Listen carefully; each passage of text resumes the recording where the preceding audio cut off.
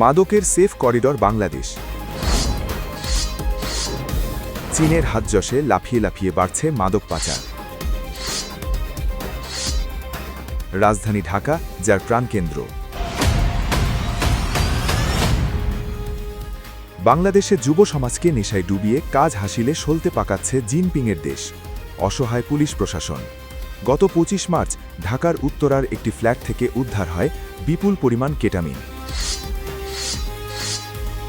অবৈধ এই মাদককে গুঁড়ো করে সাউন্ড সরঞ্জামের ভেতর লুকিয়ে শ্রীলঙ্কায় পাচারের অভিযোগ ওঠে। হাতে নাতে ধরা পড়ে 3 চীনা নাগরিক। ডিএনসির গোয়েন্দা শাখার উপপরিচালক মেহেদি হাসান জানিয়েছেন, উত্তরা 10-এর এই আবাসনে বেআইনি কাজ হচ্ছে বলে প্রথমে পুলিশের কাছে খবর আসে। সেই মতো তল্লাশি চালালে দেখা যায় জিপারযুক্ত পলিব্যাগে ভরা ছোট সাউন্ড স্পিকারের ভেতরে লুকোনো আছে 50 গ্রাম সাদা কেটামিন পাউডার। এমনভাবে সেটি রাখা ছিল চট করে যা চোখে পড়বে না। উদ্ধার হয়েছে 12টি জিপার পলিব্যাগ। বাজেয়াপ্ত হওয়া কেটামিনের পরিমাণ 6.3 কেজি। গোয়েন্দারা জানিয়েছেন, এর সঙ্গে মিলেছে একটি এয়ারওয়ে বিল। মাদকদ্রব্য নিয়ন্ত্রণ অধিদপ্তরের কর্তারা আন্তর্জাতিক কুরিয়র সার্ভিসের টঙ্গী শাখায় এই অভিযান চালান। বাজেয়াপ্ত করা হয় শ্রীলঙ্কাগামী একটি পার্সেল।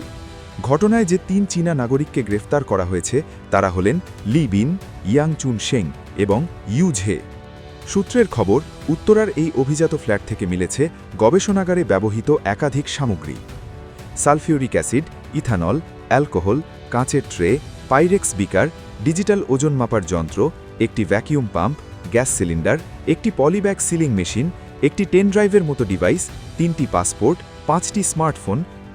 মিলেছে নগদ টাকাও 17,560 টাকা আর 47,300 টাকা মূল্যের শ্রীলঙ্কান মুদ্রা।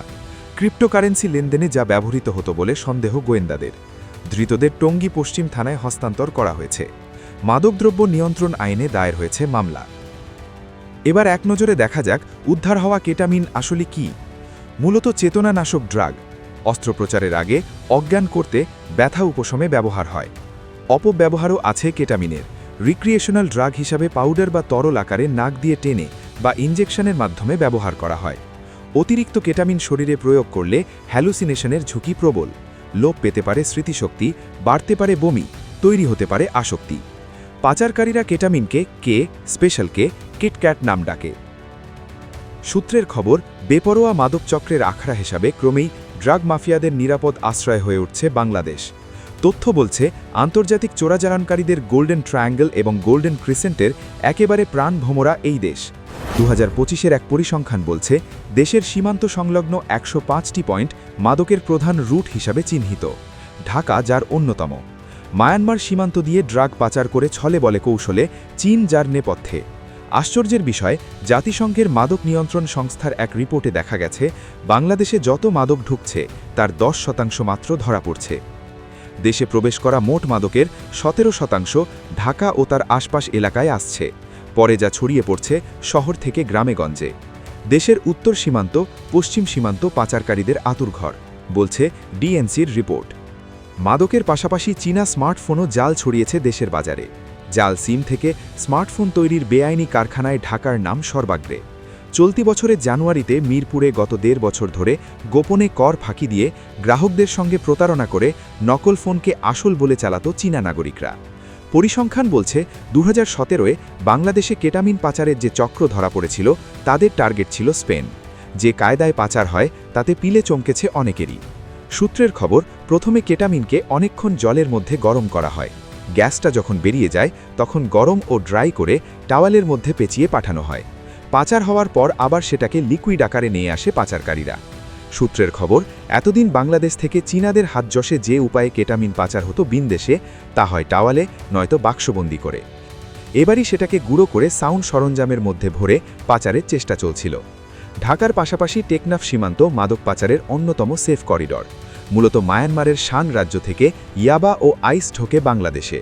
নাফ নদী কিংবা চট্টগ্রামের পাহাড়ি অঞ্চলও পাচারকারীদের অন্যতম নির্ভরতার জায়গা। একদিকে বাংলাদেশের বাজার দখলের মুড়িয়া চেষ্টা, অন্যদিকে সোজা পথে কিংবা চোরাই পথে বাংলাদেশের অর্থনীতিকে চীন নির্ভর করাই একমাত্র টার্গেট বেইজিংয়ের। দারিদ্র্যের সুযোগে মাদক পাচার এখন জ্বর ভাত বেইজিংয়ের কাছে। লাগামহীন মাদকের ঠেলায় নাস্তানাবুদ একটা গোটা প্রজন্ম। শহর থেকে গ্রামাঞ্চলে চুপিসারে ছড়িয়ে পড়ছে কেটামিন, মেথামফেটামিন, কোকেন, হেরোইন, আফিম, ফেনসিজিল, বিদেশি মদ, ইয়াবা, আফিম, গাঁজা। মাদকের লেনদেনে কোটি কোটি টাকা পাচার হচ্ছে বিদেশে। কেটামিন যে হিমশৈলের চূড়ামাত্র। বরাবরের মতো নিজের স্বার্থসিদ্ধিতে বাংলাদেশিদের দাবার ঘুঁটি বানিয়ে বিনদেশে মাদক পাচারের জাল ছড়াচ্ছে জিনপিংয়ের দেশ। দেশের তরুণ সমাজকে নিশানা করে সর্বনাশের পথে ঠেললেও সব ক্ষেত্রে আটকানো যাচ্ছে না পাচার। ঠুনকো পুলিশ, অসহায় প্রশাসন। পরিত্রাণের উপায় কি? তারেকের নয়া সরকার কি পারবে চীনের এই মাদক পাচারের জাল ছিঁড়তে? পাহাড় প্রমাণ চ্যালেঞ্জ, সন্দেহ নেই। বাকিটা বলবে সময়।